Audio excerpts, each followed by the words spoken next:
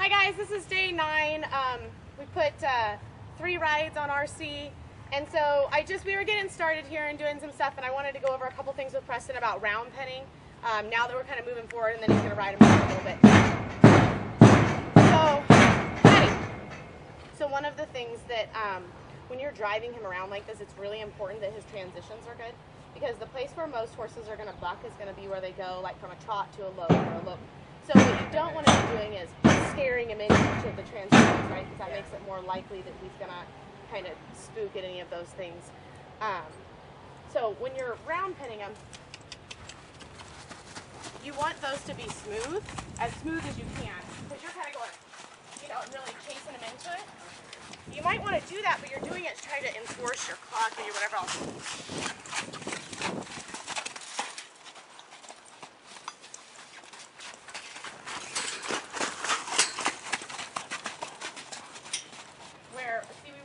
Went like that, like smoother than it went like really. If you have to chase him one time, that's fine, but you want to do it to enforce. And the other thing is when you're going to stop him. So when I say kind of step back, and you're kind of having you're wanting to step that way. So if I want to release it, yeah, I step this way and back. Release. So like when we're pushing around, there's a bubble that we're pushing on, right? That moves him. So even from here, I can push and move on his space bubble, right, to drive in places. What I'm doing when I wanted to stop is I'm taking pressure off that bubble, where you were stepping across like this. Does that make sense? Yeah. All right. So you want me to take halter in? Do you want me to stay in the center and help you go around a little bit, or? Yeah, sure. Yeah. Because that's one of the things that I noticed is, Jordan did a really good job yesterday with kind of helping you through some of that, but part of the idea of the round pen is that they learn to go around without you steering them and stuff. Okay. He pulled back the sides. So push up, yeah.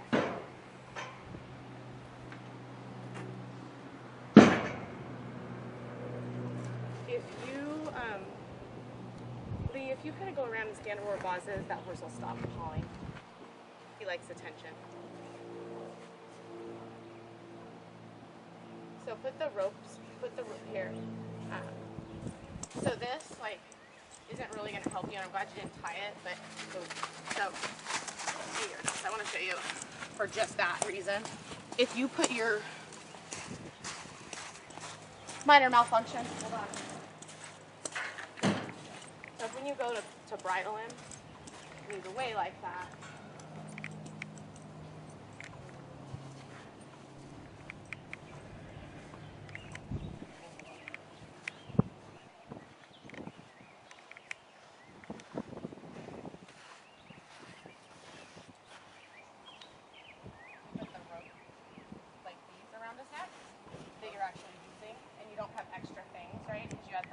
The halter and extra stuff. If you just do this, that's better.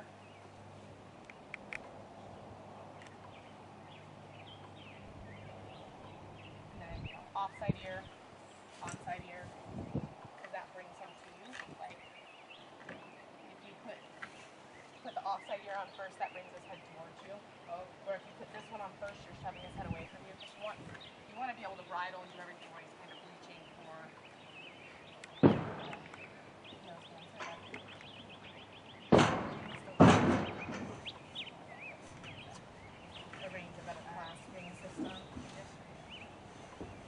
I meant this part, so you can just yesterday I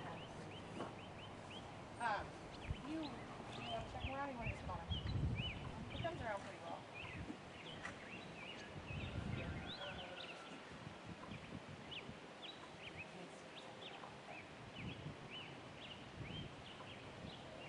I don't know.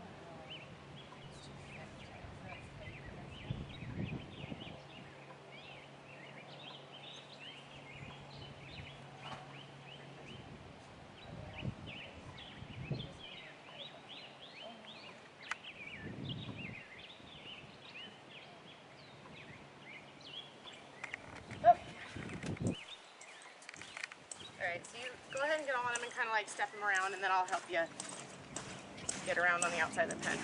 Because one of the things you can do is kind of hold on to the horn too that you didn't do yesterday, so that way if he kind of goes or starts fast, it's, you know, you're not hanging on his face.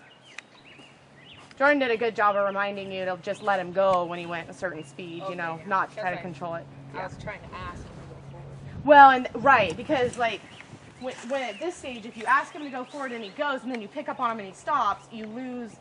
It's an unclear, right? Like, Yeah. right. Gonna be kid broke by the time we're done.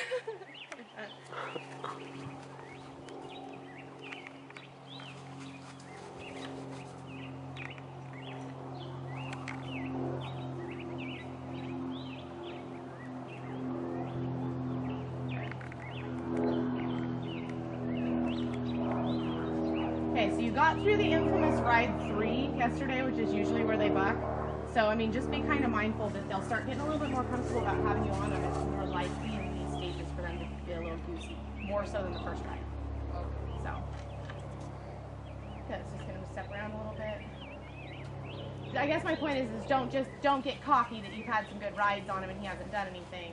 You know, and put your feet home in the stirrups, which means get your feet through the stirrups more, so that they're more like, yeah, so you wouldn't blow a stirrup if you did. Does that make sense? Yeah. Okay, let's go just put him around, see if he pulls around a little bit, and then we'll go out on that. Good. When he goes, just kind of let him flow. If you do steer him, you want to make sure that he responds, but you don't want to oversteer and be confusing. Right there.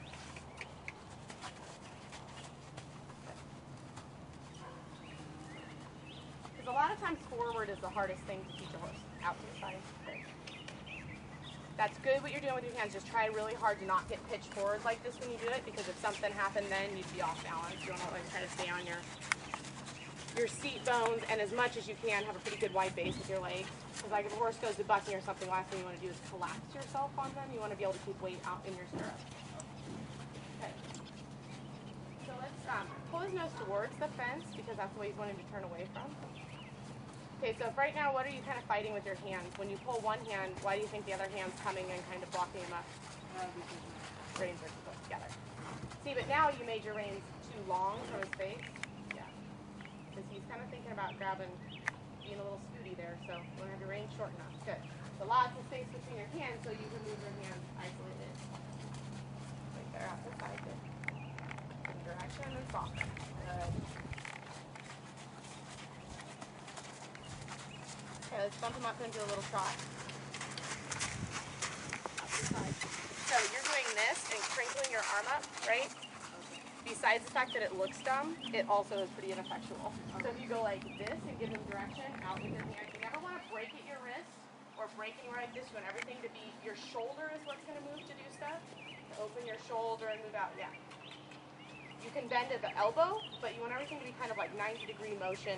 And I see a lot of people will do this and only move from their elbow down. You want to move your whole arm. Because when you do this, you can stay balanced. When you do this, you're collapsing your body and it makes you more likely to get it. Let's see it going. Okay, bump with your legs too. So he gets that. Good.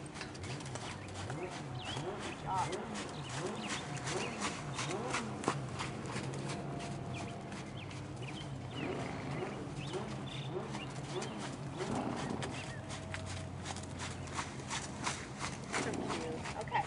When you stop him, what I want you to do is I want you to not pull on him, and I want you to not pull around either. I want you to just start slowing your body down and say, whoa, and just sit. Wait till he comes back. Just keep sitting. Keep sitting. Slow your body down. Good. That's okay. It's okay that he turned, but that's what we want. We want him to start to come back to your body, not because he's pulled on. You know, we know that we can pull him around, but that's how I want him to read your body more. So when you're active and you're driving and he's trotting, that's great. But when you want him to stop, instead of pulling on him, I want you to just slow your body down and say, and have him come back to you that way. So he starts thinking about it and he's not just being mechanically has to stop.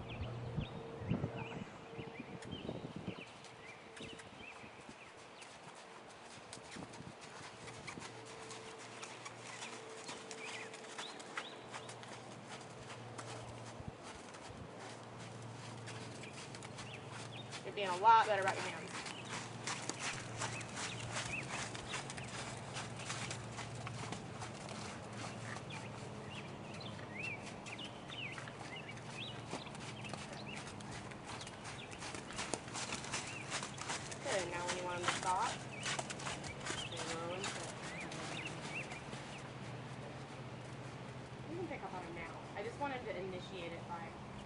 feel like your reins are a little long? Even more. You gotta get used to where you can slide your hand up the rein and use it. Okay, you ready to go up a little bit? Yeah? Alright, so get your reins in a good position. Pretty short, because he's gonna be bucky here. You wanna. Okay. So just go ahead and keep on chopping a little bit. Be soft with your hands even though they're short.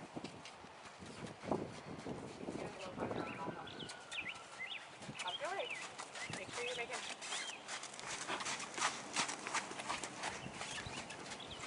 Put your legs underneath you. Don't let them get.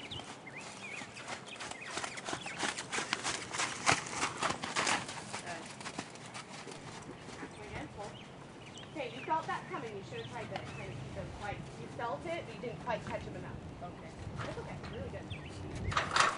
Good. Kick him at the same time so he's learning what it means. Bump your legs, both legs.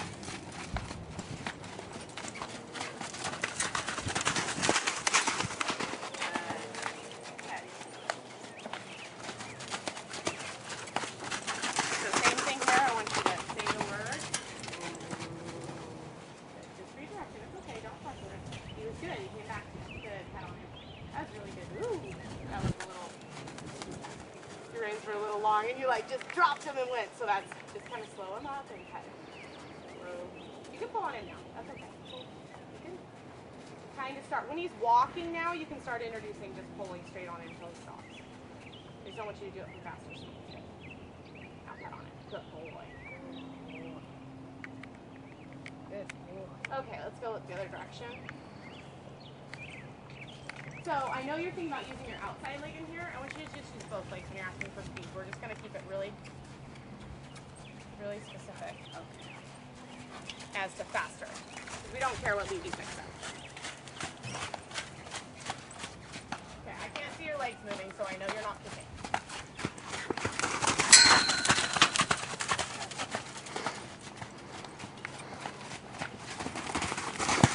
Try not to lean, try to just sit in the center. The more you lean, the harder you make this jump. Good. Alright, slow your body up. Good. Now you can take a hold of it. Your reins are too long and hit the saddle horn.